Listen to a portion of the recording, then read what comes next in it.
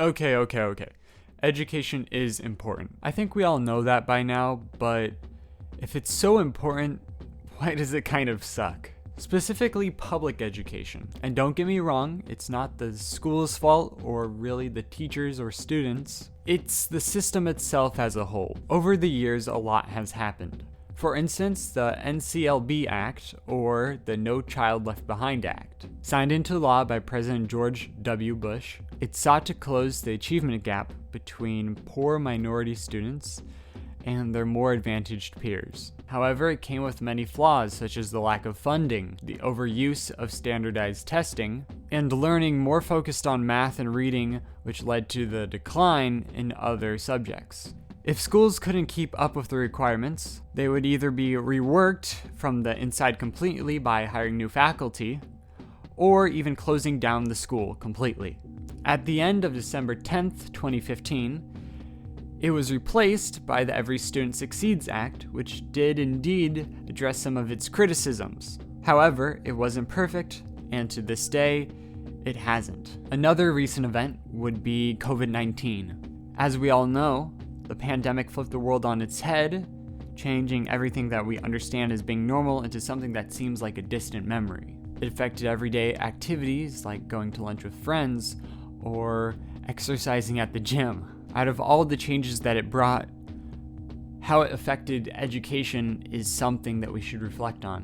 What might be the most surprising point of this is that the pandemic, in a way, helps shed some newfound light on the system and its problems. And from that, creativity and innovation emerged from people who wanted change in the system and to fix the problems that went under the rug for so long. From this long and overused intro, personalized learning was born. Not just personalized learning, but many other programs came out of the pandemic. However, it's personalized learning that seems to be the best option for learning and education as a whole. So what is personalized learning, and why do I care? Well, personalized learning is basically a form of education that is personalized for the student.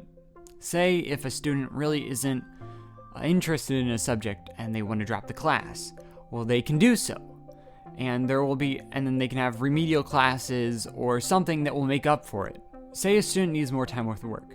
Boom, they have it. The student is in control of what they want to learn, and if their teachers help, they are able to do so in a way that suits them the best. Now, there are many forms of this program all across the world, and there are differences that make them unique. I'm just going to be focusing on the basic example. I actually experienced something similar to this in an internship class. We were given a list of many subjects that we could learn about, and as a group, we chose to make a documentary. We chose to make a documentary even though none of us had any experience with film, not even the teacher. However, we made connections online, and through experts, we were able to create a documentary, which you can see in the description of this video, or up and to the right somewhere. It's probably like there. Not my proudest project, but I still look back at it as a decent example of personalized learning. We got to choose what we wanted to learn. We talked to experts and planned out a schedule that worked for us, and we learned everything we needed to in order to complete our goal. That's why I chose this as my capstone project. It's just so cool to think about. And the fact that there are studies out there showing that it actually works makes this program even a better option. Moving ahead, as I continue my research, I want to do something special for my project. Everyone knows what the ACT is, right? A painful, grueling test about core subjects that aren't really that important. I hate the ACT, and I'm not the only one that feels this sentiment. The fact that it takes so long, how it's timed, how most of the questions in the math portion are rigged. Ugh. Okay, my point is that it's a byproduct of the old system, and I think this is an area that could be greatly changed with the help of personalized learning. So I conducted an experiment in which I sat down 4 people, all with different characteristics, strengths, and weaknesses when taking a test, and gave them my spin on the ACT.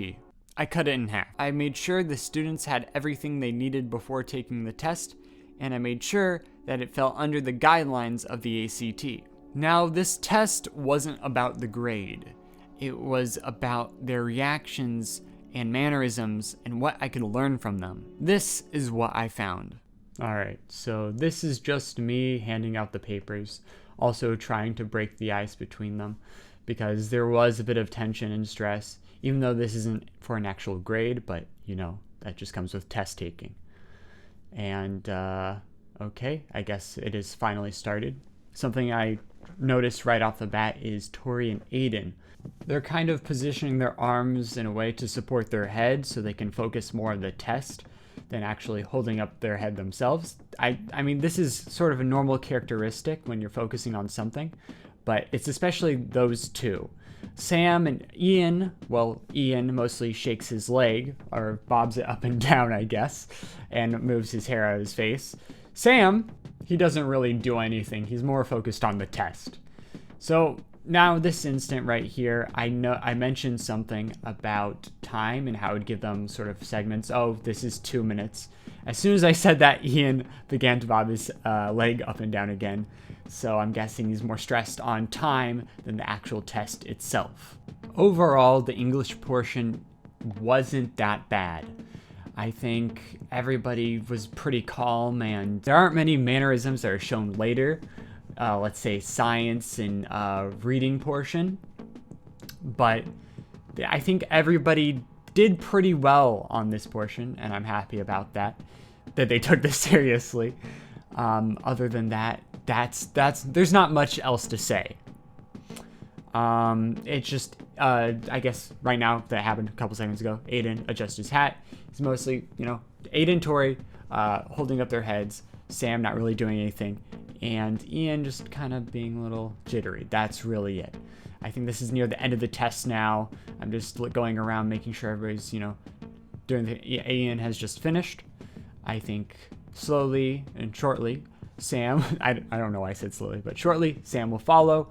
And then I think lastly, it'd be Aiden and Tori.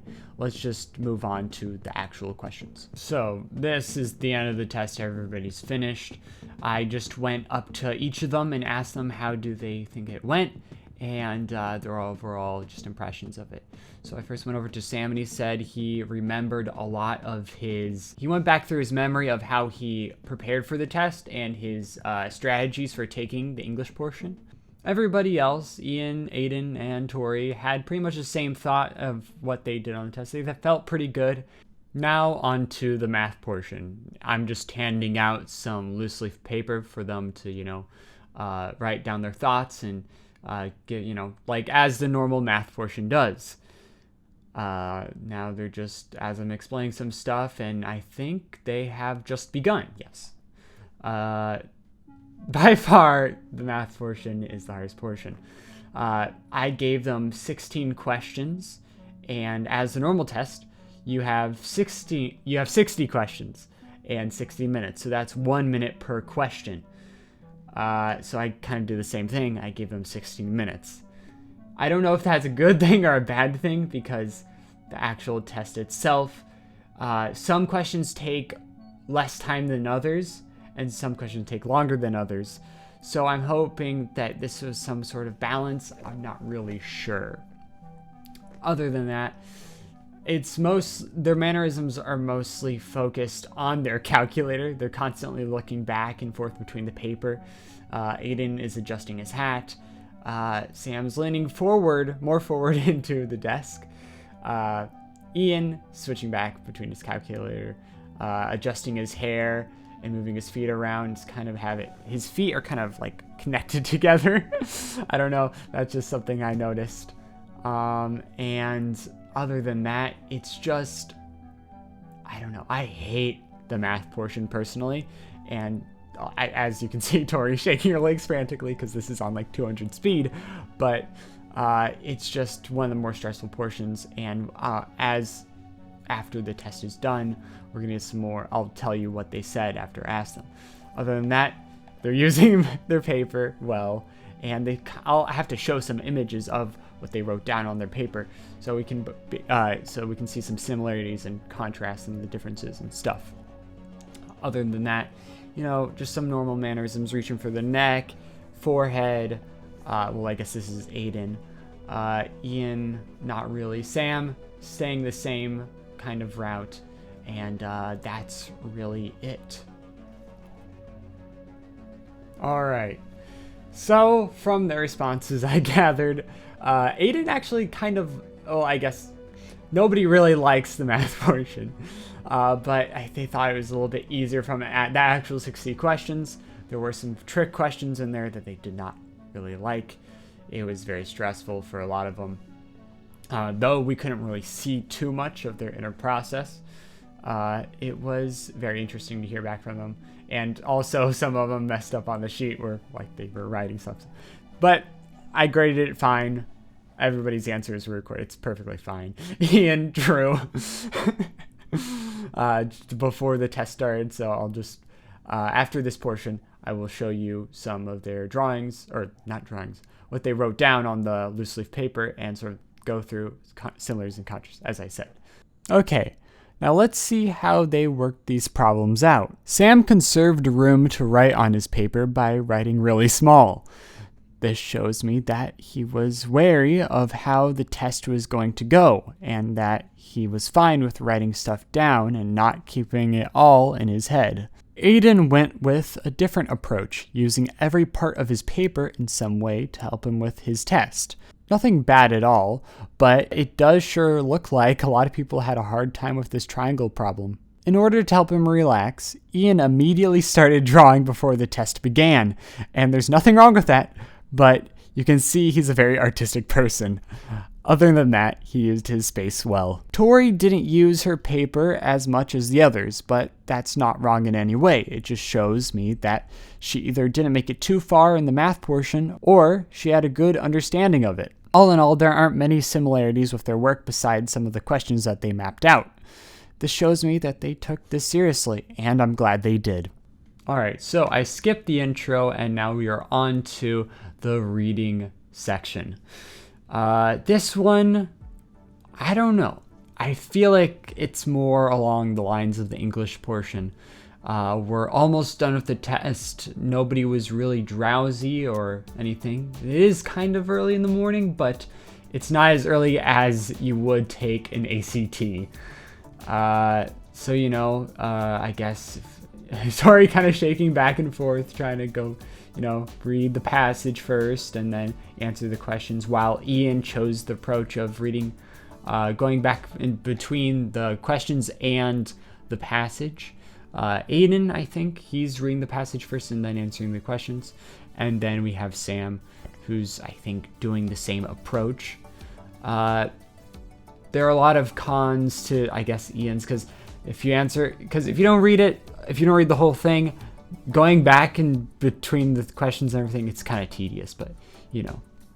Other than that, there's nothing much to say. You know, shaking of the shaking of the leg. Yes, that's a great. Only one section. I was going to do two science portions, at least to Sam. And finally, we have the science test. To me, this is one of the hardest portions of the ACT, just because it's very confusing. You have to read it very carefully and understand what's happening. I guess there is some prior knowledge that could be helpful, but other than that, it's just reading very carefully. Like, this is, in itself, is just another section of the reading test, but like times two. Other than that, as we'll go into, I think around here, they're just going back and forth between the questions and the reading itself, looking at the data tables and stuff. Yeah, there's not much to say other than, I guess, as it will speed up in a bit. Tori looked very stressed out on this portion, and I think Aiden does too. But more so Tori, which I think we're going to see in just a bit. Started twiddling with the pencil a bit, trying to just, as they're reading, going back and forth between the reading and the questions. Now supporting the head, writing some stuff down, Ian's going now.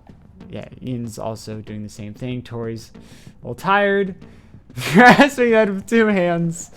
But yeah, it is a very confusing portion. And honestly, they should just remove it completely because who's really going to be using science later in life unless that's your occupation of choice? I just don't think it's something necessary for schools to look at as a part of the ACT. The essay portion I think is good. The reading and math maybe. English is good. But I just don't think science, I think science is probably the farthest one out of the reach. Other than that, Sam finishes it with Ian, and I just go over to check to make sure they're doing good. Okay, I think Aiden's next, and then lastly Tori, who had the hardest time with this test. Other than that, that is it. So once the test was done, I gathered all my data, and this is what I found. Even after I said that these scores didn't matter and that they shouldn't care what they got, some of them still asked me what their score was rather frequently. Maybe it's just curiosity, but I think it's a side effect from taking tests. The student who put all their effort into it would want to know what they got rather than a student who didn't care about the test, so obviously they wouldn't care about their score. Scores in general bring many negative effects on students, and though it's necessary for some reason, there has to be some way around it, so students don't have to suffer. I don't know that reason. I'm hoping somebody does later down the line. Another thing I learned was that people have different ways to help them focus. Sam didn't need anything to help him, but Aiden, Tori, and Ian used mannerisms such as, pushing your arm against your head or moving your leg up and down. You can't see it because whatever, but I'm moving my leg up and down. These mannerisms allowed them to release stress and continue to focus on the test. In conclusion, tests are very stressful, and the ACT has many problems, from the test itself to the environment that they're placed in and the psychological aspects of how people take tests. They all impact the student in a negative way. So I came up with a hypothetical answer that may not be possible now, but in the future could be. Students would take a test centered around subjects that they are more familiar with. No science stuff that really isn't science. They would take this test under a light time constraint because they can't be there all day. And they would also take it alone. Maybe in a room with a supervisor, but here's why I think this. Taking a test itself is already stressful. But when you have other people flipping pages left and right as the clock in the back ticks away while you're still on the first page and you don't know what's happening, obviously it's stressful. So, in a way, we should personalize the test for students so that they can achieve something that they can be proud of and not something that will haunt them for the rest of the year. That is all. This has been one of the most interesting projects I have ever done, and I hope this was interesting for you. Thanks for watching.